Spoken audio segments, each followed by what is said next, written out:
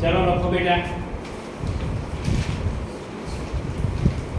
બીજો દાખલો હે મોસ્ટ ટાઈમ થી હો. ત્રીજો આપેલી આકૃતિમાં આવું લખો બેટા. AB સમાંતર CD અને બોર્ડ પર જોજો CD સમાંતર EF તથા આવું લખો વ્યવસ્થિત. y જેમ z બરાબર 3/7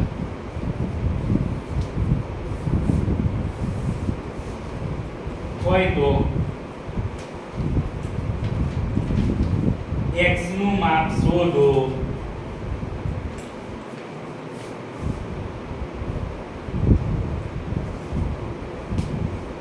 બોર્ડ પરથી આકૃતિ દોરો.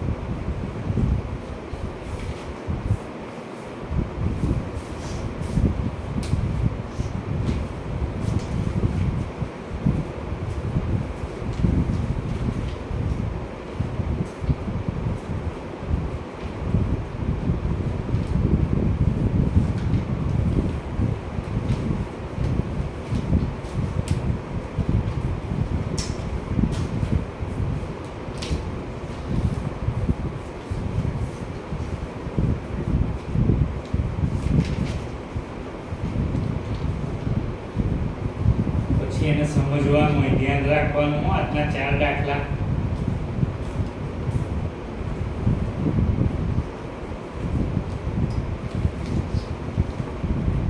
કેમ પેન્સિલથી લખો છો? કેમ કહી દે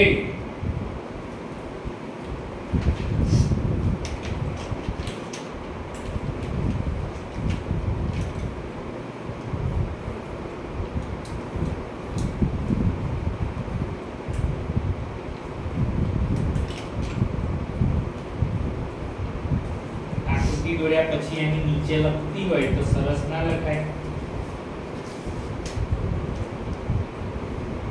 અહીં જો આમાં તો સરસ નહીં લાગતું ઘરથી લોહી ધ્યાન રાખીએ. આપેલી આકૃતિમાં બેટા સમજવાની કોશિશ કરજો, ના સમજણ પણ પૂછજો, પણ બહુ અગત્યના દાખલા આ પણ દાખલા એસાઇનમેન્ટ ની અંદર છે. આજે એસાઇનમેન્ટ આપીશ તમને. AB સમાંતર CD. હા, AB ને સમાંતર શું છે? CD. CD ને સમાંતર એકમ જોશો ને તો કઈ રેખા છે ખબર? EF. હવે પહેલું આપણે વિચારીએ કે ભાઈ AB ના સમાંતર EF હોય. સરે કાલે વાત કરી કે બેટા Z થી આકૃતિ બને એ અંતર યુગ્મ કોણ નો ખૂણો બનાવો. તો અહીં આપણે AB સમાંતર EF લઈએ છીએ તો એમાં તમે મારી અહીં જો x બરાબર શું થયું ખબર? Z. પેલો Z બન્યો હશે જો બરાબર. એટલે મેં શું લખ્યું? x બરાબર શું થાય? Z. પણ AB સમાંતર CD લઈએ કદાચ આ રેખાની વાત કરીએ કેમ કે આપણને એ લોકોએ x નું માપ માંગ્યું છે. પણ એ પહેલા આપણે શું શોધવું પડશે ભાઈ? તો કરવું પડશે ગુણોત્તર આપેલો છે. એટલે AB સમાંતર EF લેશો તો x બરાબર z એ યુગ્મ કોણ બનશે. AB સમાંતર CD લેશો તો આ x અને y તમે જોઈ લો કાલે મેં શીખવાડેલું c બને c તો છેદિકાની એક જ બાજુના શું થાય? અંતઃકોણ બેટા. અને છેદિકાની એક જ બાજુના અંતઃકોણ એટલે શું થાય? 180. માટે હવે જોઈ લો આ સમજવા જેવી વાત છે. આ સમીકરણમાં જ્યાં તમને x દેખાય ત્યાં તમે શું મૂકો? z. એટલે મેં z મૂકી દીધો અને y ને કઈ લખ્યો છે આગળ. y + z બરાબર 180.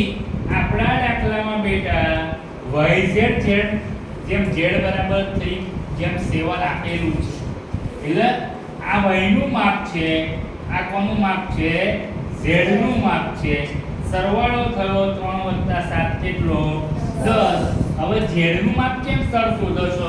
તો બેટા તમને ચોપડીમાં તમે જો x નું માપ આપ્યું તો x બરાબર તો શું છે? z. એટલે જે માપ x નું હશે એ જ માપ કોનું હશે? z.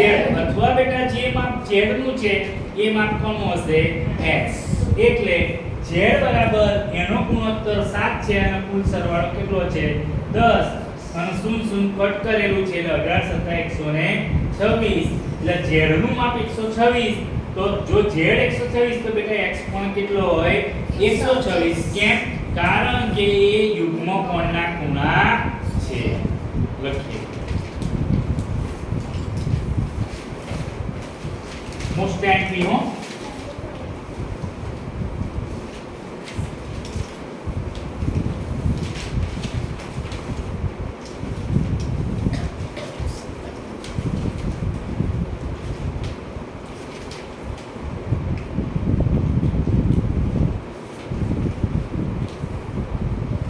આપેલી આકૃતિમાં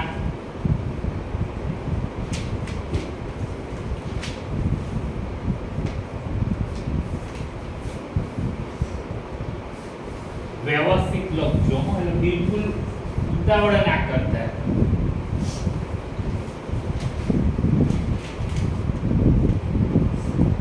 આવું લખો AB સમાંતર CD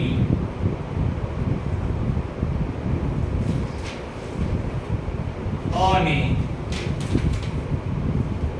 આવું લખો EF સમાંતર CD તથા આવું લખજો GED બરાબર 126 અંશ હોય તો ખૂણો AG ખૂણો GEF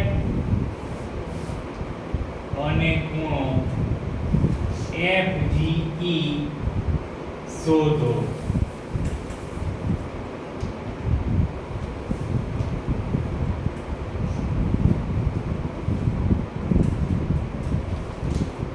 પ્રથમ વ્યવસ્થિત લખો, આકૃતિ બી વ્યવસ્થિત દોરવાની. પરીક્ષામાં આપી હશે એટલે કોઈ ચિંતા કરવાની નથી. બે રેખા છે AB અને થોડી દૂર દોરશો CD.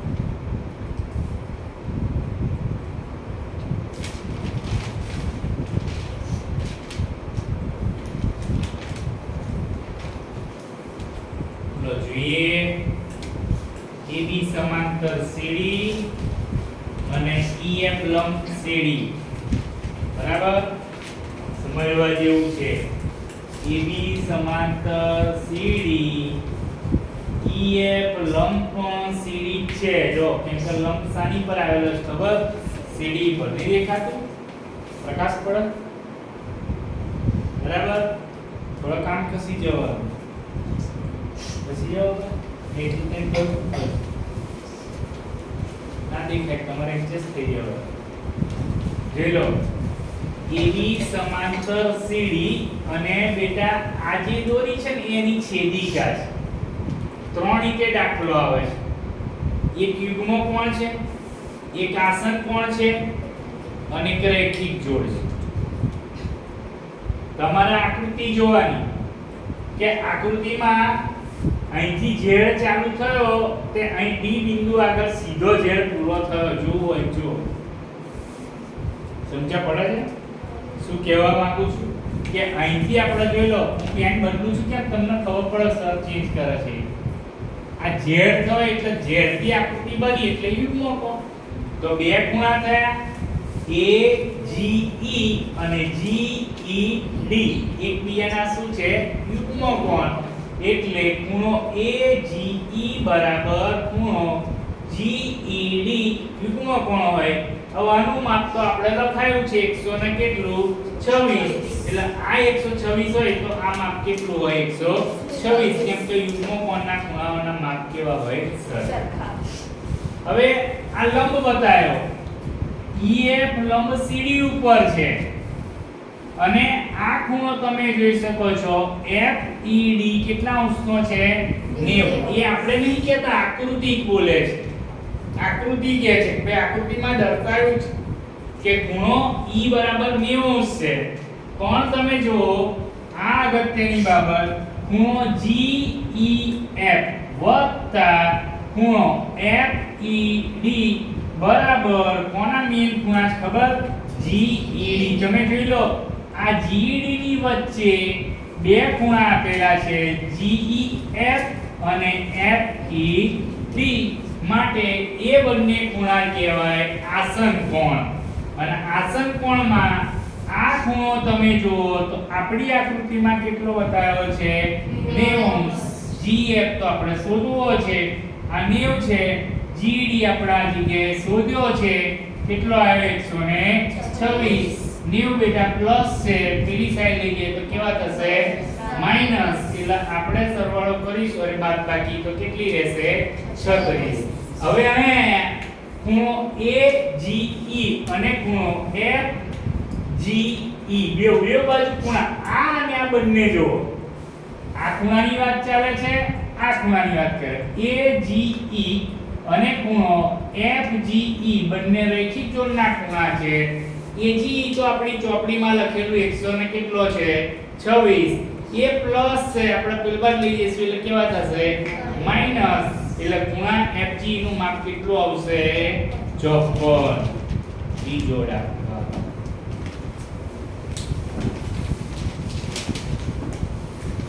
આપેલી આકૃતિમાં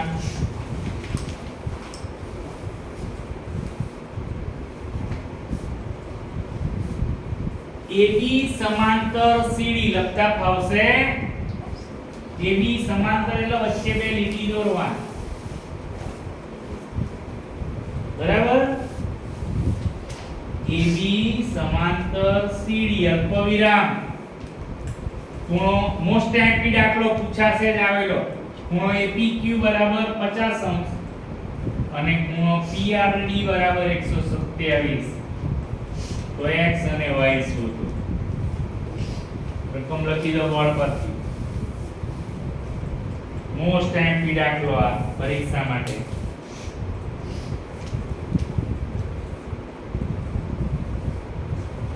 આ દાખલો પૂછાશે પરીક્ષામાં પૂછાશે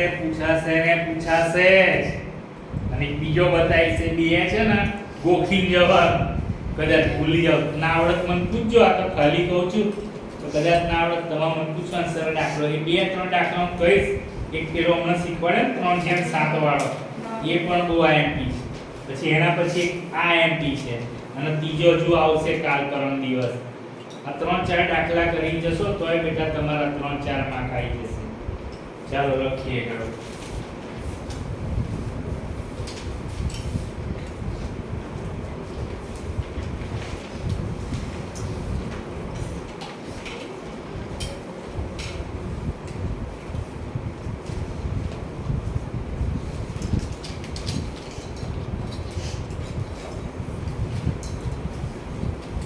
મોસ્ટ એમ્પી દાખલો હો.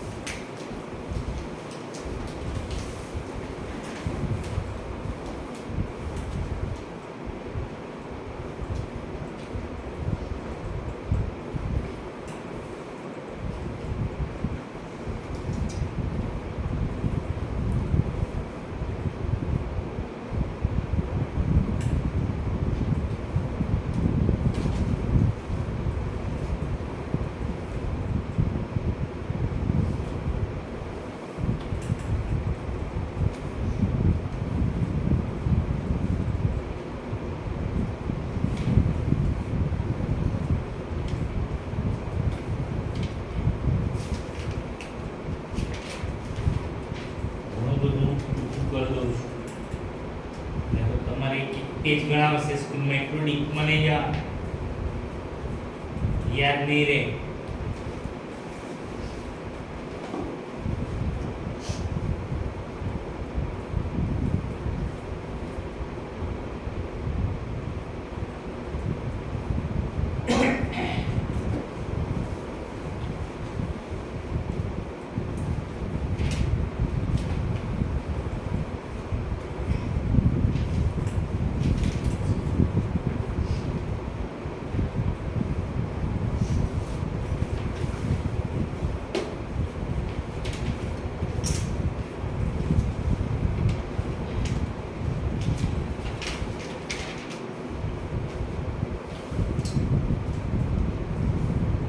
બેટા જો બહુ સમજવા જેવો દાખલો ફરી કહું છું બેટા, પરીક્ષામાં બહુ એમપી છે. AB સમાંતર CD, આ ખૂણો P ખૂણો આપ્યો છે, આ સાઈડ થી આમ જોઈએ તો 50 છે. PRD અહીં જોશો તો 127 છે. XY પરીક્ષામાં દાખલો પૂછાય તો અવશ્ય ગણજો. એનું કારણ કહું, આ તો આપેલું જ હશે, આપણે તો સીધું શું કરવાનું, ગણવાનું, અથવા આકૃતિ દોરવી હોય તો દોરી શકો છો પરીક્ષામાં. બેટા એનો સમજો તમે. AB સમાંતર CD, પહેલા હું છે ને આ સાઈડ મારી બાજુ લઈશ. AB સમાંતર CD અને PQ તેની શું લઈશું, છેદિકા. હવે જો Z બતાવો, આંગળી મારી ફરે જો,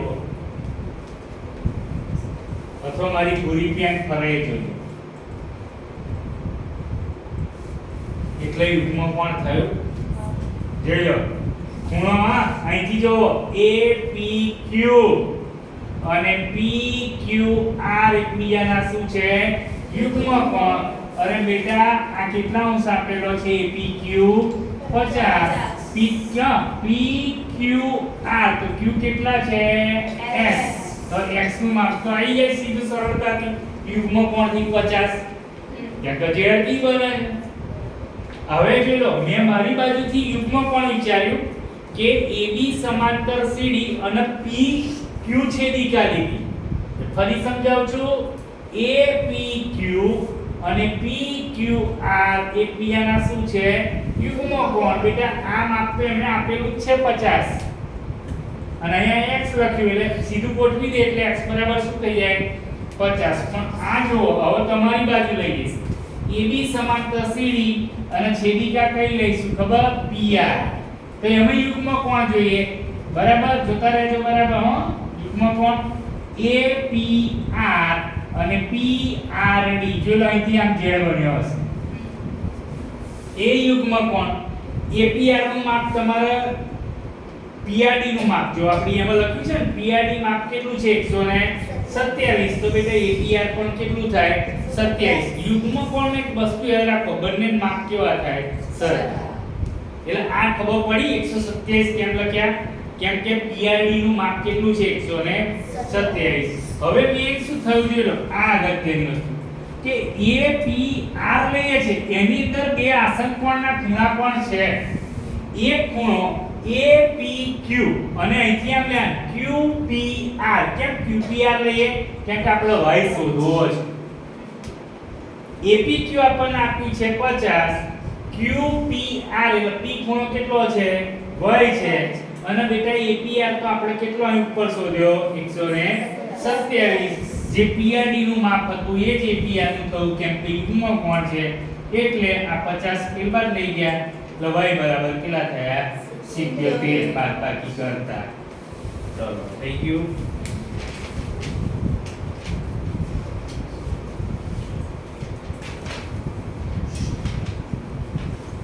આપેલી આકૃતિમાં છેલ્લો AB સમાંતર CD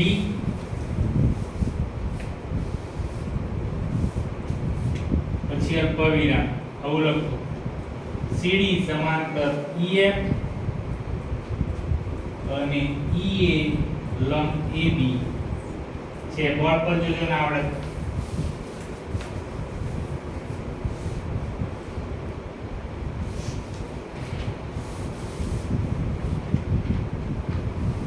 જો ખૂણો BEF બરાબર 55 તો XYZ ના માપ શોધો.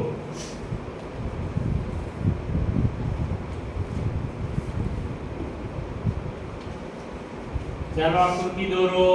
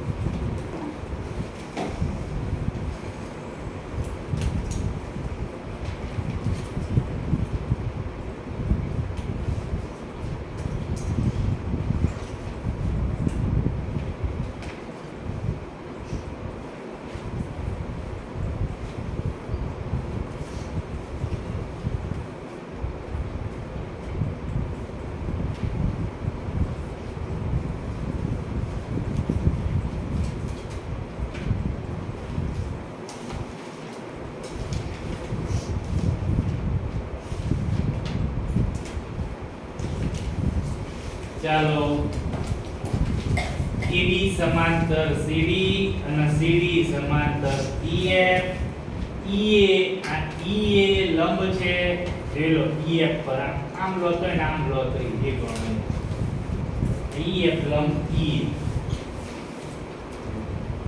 આ y અને 55 છે ને આ ખૂણો અને આ બે એક બીજાના શું કહો અંતર ખૂણો છેદિકાની એક જ સાઈડ આવેલા છે એક જ બાજુ છે એ અંતર ખૂણો કહેવાય એટલે એનો સરવાળો કેટલો થાય 180 આ બંનેની વાત કરું હો અહીંયા જ આવેલા છે એક જ સાઈડ કહેવાય એટલે છેદિકાની એક જ બાજુના શું ખબર અંતર ખૂણો જેલો C બતાવતો C પડતો હોય તો છેદિકાની એક જ બાજુના અંતર ખૂણો લઈએ y બરાબર 55 પ્લસ આ બાજુ જેમ કેવું થાય માઈનસ એટલે y ની કિંમત આવી જાય 125 બાદબાકી હવે આ જે x અને y છે ને એ પાછા અનુકોણના ખૂણા કહેવાય એટલે અનુકોણના ખૂણાના માપ કેવો થાય સરખા એટલે જે માપ y નું હોય ને એ માપ કોનું હોય x નું હવે મેં આ સમજવાનું કે ખૂણો